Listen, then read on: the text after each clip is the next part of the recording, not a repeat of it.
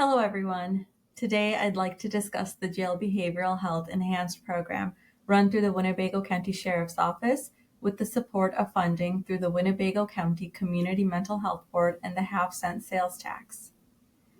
The Winnebago County Sheriff's Office is the recipient of core funding, which we have used to help develop the behavioral health services offered within the jail. Oftentimes, jail becomes the first point of care for individuals living with behavioral health issues, severe mental illness, or significant substance use issues. These individuals often face instability in multiple other areas of life, such as unstable housing, unstable work, and the lack of a supportive care network. And these individuals are often overlooked by other treatment systems. Here's an overview of the Jail Behavioral Health Program within the Winnebago County Jail. Once an individual is incarcerated, they meet with a clinician who will complete an intake assessment with the goal of identifying any areas that need further attention while they are in the facility. The clinician will ask about current medication, verify them, and will help get them started for that person while they are in the facility. During someone's stay within the Winnebago County Jail, they will have access to multiple different behavioral health services, such as behavioral health groups that are run by qualified mental health professionals, a continuation of medication-assisted therapy that may have been initiated while they were out in the community, the continuation of other medications such as behavioral health or medically necessary medications, a kiosk system to address emergent needs where they can reach out to and converse with qualified mental health professionals, report symptoms, and discuss other concerning issues to them. Observation via rounding on high-risk individuals as well as suicide screenings for those individuals who are at risk. Individuals within the jail can access some of our partners where they may be able to receive and help getting an ID, a social security card, a birth certificate, or other vital documents. Individuals within the jail can also be referred to specialty courts that may suit their particular needs. These courts are drug court, therapeutic court, wellness track court, and veterans court. In addition, people can receive assessments in custody to screen for inpatient treatment options while they are continuing to appear in court. As an individual is getting ready to exit the facility and re-enter into the community, if they are on medications, our nurse practitioner can write a bridge script for them that will help ensure continuity of care while they're getting established with an outside provider. A discharge planner could meet with an individual to help them complete applications such as housing, general assistance, or whatever else they may need.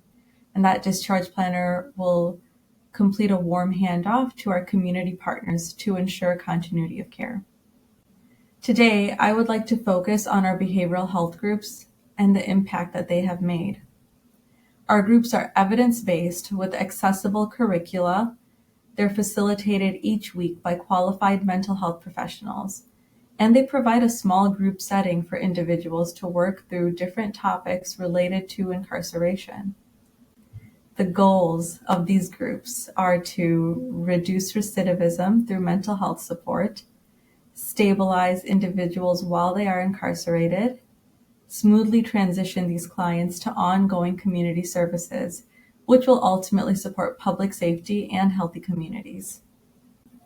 Our current behavioral health groups are Thinking for Good, which addresses criminal thinking patterns in offenders, a co-occurring disorders group, which targets individuals living with both substance use disorder and a comorbid mental health disorder, and a socialization group, which focuses on building communication skills and developing healthy relationships. We're also looking to create a group to help individuals develop life skills, which is an ongoing and upcoming project. Now, this slide shows a graph that summarizes some of the statistics from our groups over this last program year. On the left, we see the average number of participants per class. As you can note, it's small. It's important to us that we keep class sizes small so that participants can feel comfortable, safe to express what they need to, and have more time with the qualified mental health professional to work through some of these factors that impact incarceration.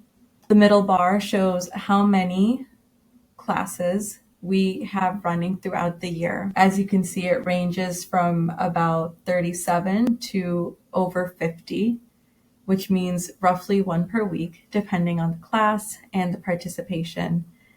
The goal with that is to increase access to classes throughout the year. So no matter when someone ends up incarcerated, they have the opportunity to work on themselves while they are in the facility. Lastly, the bar on the right shows the number of students that graduated in program year 4 in each of the 3 treatment groups: thinking for good, co-occurring disorders, and socialization. These groups often address difficult and even uncomfortable truths and topics. So when someone graduates successfully from a group, everyone celebrates their successes. Now here we have some client-provided group feedback on how clients felt about the program overall.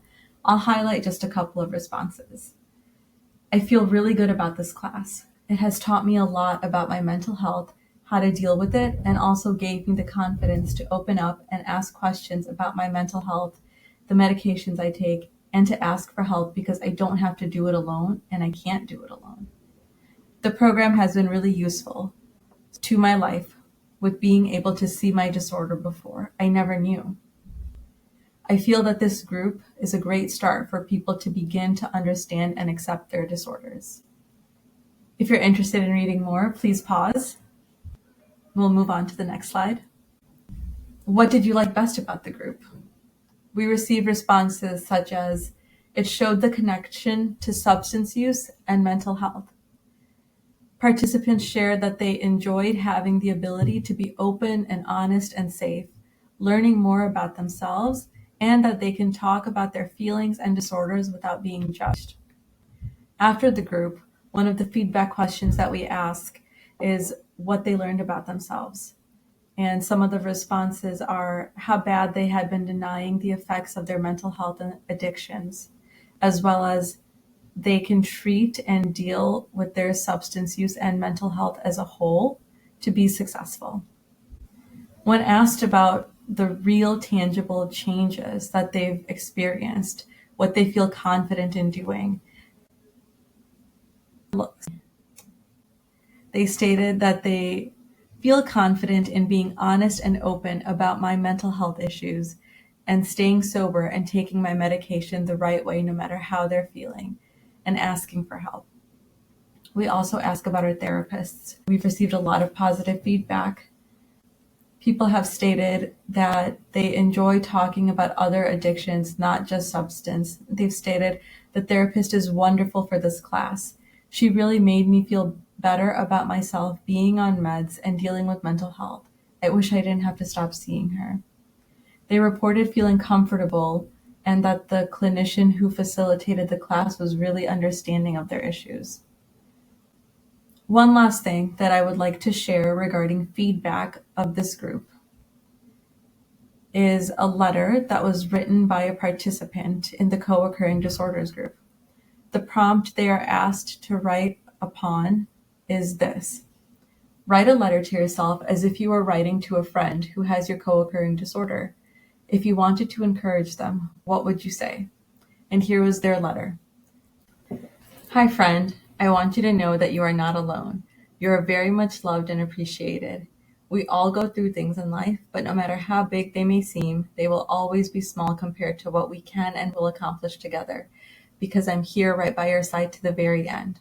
I love you and I hope you understand that. And if there is anything more I can do to let you know that, then just voice it and we'll work on it together. Sometimes it may seem that no one is listening or it's hard to express what you feel inside. but it's better for the mind, body, soul, and spirit to get it out rather than keep it in. I'm listening and always will be. You are funny, you are smart, you are everything beneficial to this world. So let's work on getting you back to 100% together. I promise you I'm here with you and for you all the way to the very end. Yours truly, a loved one who cares.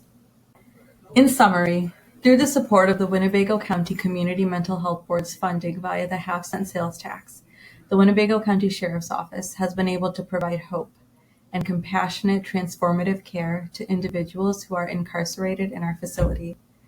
These individuals then go out into the community, connected with additional programs and services to continue their journeys of healing. We are grateful for the opportunity to be able to meet our clients in their toughest moments and support them through it.